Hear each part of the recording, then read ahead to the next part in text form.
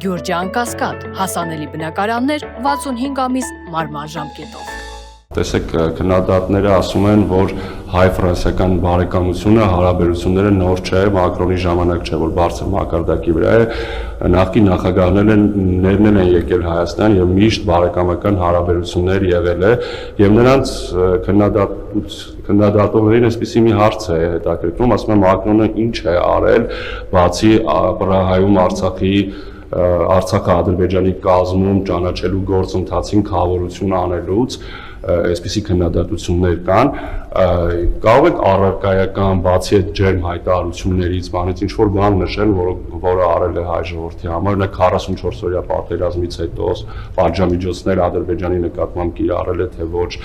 ինչ դրական քայլեր է արել եւ Զելենսկու այստեղ ընդունելությունը նաեւ դիտարկում են որպես հակառուսական քայլ։ Սրա մասին ինչ կասեք այն Զելենսկու, որը Ադրբեջանին շնորհավորում էր հայերի դեմ տարած հաղթանակ տանելու համար։ Խաբքի երկրներ էլ շնորհավորել են օրինակ Բելարուսը։ Օրինակ ես չեմ տեսել, որ օրինակ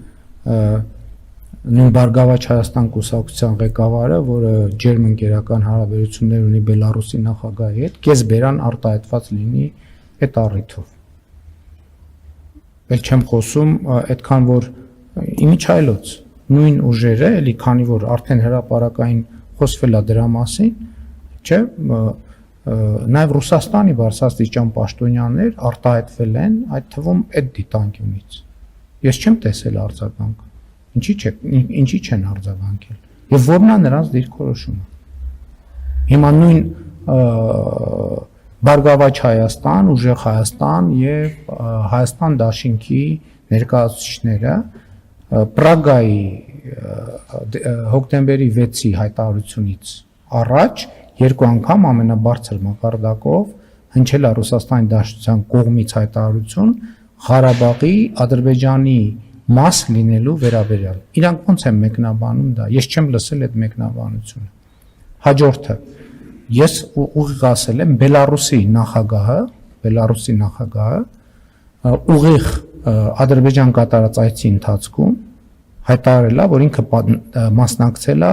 44-օրյա պատերազմի նախապատրաստություններին։ Բարգավաճ Հայաստան կուսակցության նախագահը միջև այդ թեմայով դիրքորոշում չի արտահայտել։ Թող արտահայտի դիրքորոշումը։ Բելարուսի նախագահը հայտարարել է, որ հայերը ոչ մեկի բացի բանից ԵԱՏՄ-ից պետք չեն։ Բարգավաճ Հայաստան կուսակցության նախագահը թող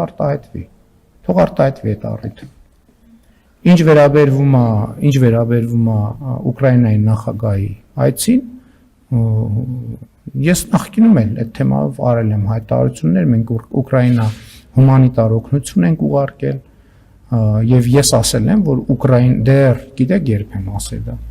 կամ 22 կամ 23 թվին, չեմ հիշում,